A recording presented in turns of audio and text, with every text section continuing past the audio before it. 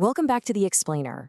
If you're joining me today, you're probably someone who is absolutely obsessed with constant growth and really leveling up your learning. Well, today, we are going to fundamentally rewire how you view failure. We're deconstructing the rejection paradigm of one of the most widely successful entrepreneurs of our time, Jack Ma. We're going to map out a radical mindset shift about closed doors. Because as you'll soon see, the very places that reject you might actually be protecting you. Okay, let's just dive right into this by starting with a truly staggering number, 30.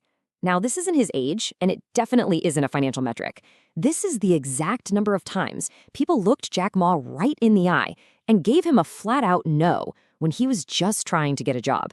30 different times, the door was just slammed shut in his face. And to really grasp the sheer absurdity of these rejections, consider the wild variety of places that turned him away. This completely establishes his absolute credibility as an expert in facing failure. We aren't just talking about high-level corporate corner offices here. We're talking about 30 general entry-level jobs. The police force? They said no. Harvard University? No. Even his own family was kind of scratching their heads at his path. We are literally learning from someone who didn't just experience a little pushback, he practically lived in the rejection room. Section 1. Rejecting your current form. So to really understand how Jack survived this relentless wave of rejection, we have to rewind back to 1994. Picture this. He's 24 years old, super hopeful, extremely hungry, and completely broke. A big, shiny new foreign company had just opened up in his city, and naturally, everyone wanted to work there. This completely illustrates the statistical absurdity and, frankly, the sheer personal sting of what went down next. The company was KFC. 24 people applied for the job. 23 got accepted. He was literally the absolute only one sent home. Imagine the tragic comedy of walking home that day. He wasn't even angry. He was just incredibly confused. Why did everybody else get a yes to go fry chicken except for him? After sitting quietly with that pretty embarrassing failure, he arrived at this incredibly profound realization. Really, what did KFC actually know about him after a tiny 5-minute interview? Nothing, right? They didn't say no to his future or his massive long-term potential. Rejection is merely an assessment of a temporary version of yourself. It's just a snapshot of who you are today, a version that, honestly, you are going to outgrow anyway. They aren't rejecting who you will become. They are only rejecting who you are right now. You just aren't in your final form yet. Part 2. Rejection as a mirror. Let's shift gears over to his academic pursuits and see how this builds into an even bigger philosophical lesson. Because, no surprise, the rejections didn't stop at fast food joints. They followed him all the way to the highest halls of academia.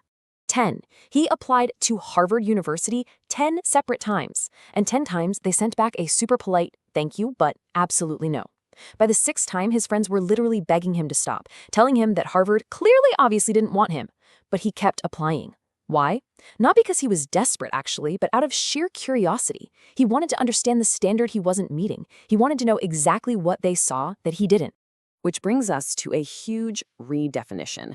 Think of rejection as a mirror. It shows you something about yourself that you simply can't see on your own. Harvard's continuous no reflected something really important back to him. His way of thinking was just way too different for their traditional system. His whole approach didn't fit neatly into their structured little box. And instead of taking this as a crushing defeat, he treated it as pure, objective data. If his mind was too weird for the best university in the world, well, maybe he was meant to build something that traditional universities couldn't even teach. Number 3, the no as a filter. Fast forward a bit to 1999. He takes all that unique thinking and starts a company called Alibaba. But to build it, he obviously needed funding, which meant walking right back into another massive brick wall of skepticism and rejection. Just think about the staggering ratio of these investor pitches. He pitched to 35 different investors. 34 of them said no way. Only one single person said yes. But here's the absolute kicker. It only took that one isolated yes to build an entire global empire. The massive weight of all 34 of those rejections completely vanished into thin air the exact moment the right door finally opened.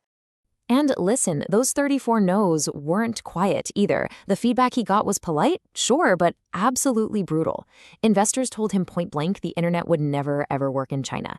They told him he was way too early. They looked at his resume and actually laughed, asking, "You're a teacher? What on earth do you know about business?" They saw his total lack of a technical background and just immediately slammed the door shut without a second thought. Now, what's really fascinating here is how Jack Ma interprets those 34 painful rejections.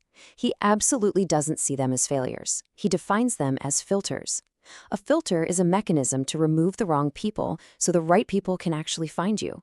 I mean, think about it for a second. If all 35 investors had said yes, he would have had 35 completely different voices who didn't truly believe in his crazy vision, pulling the company in 35 different directions. Those 34 no's actually shielded him. They protected his vision and kept the whole project pure. 4. Redirection, non-punishment. This perfectly sets up his overarching theory on why life seemingly blocks our paths. And honestly, it's a concept that completely neutralizes the emotional baggage of hearing the word no. Think about it like driving a car. Rejection is really just life's way of redirecting you, not punishing you. It isn't the universe telling you that you aren't good enough. If you're driving your car and you suddenly hit a closed road, you don't just turn off the engine, throw your hands up, and say, "Well, I guess I'm never driving again," right? No way. You keep the car moving and you just find a detour. Rejection is exactly that, a closed road. It's life forcing you to find a different and often much more beautiful route to your ultimate destination.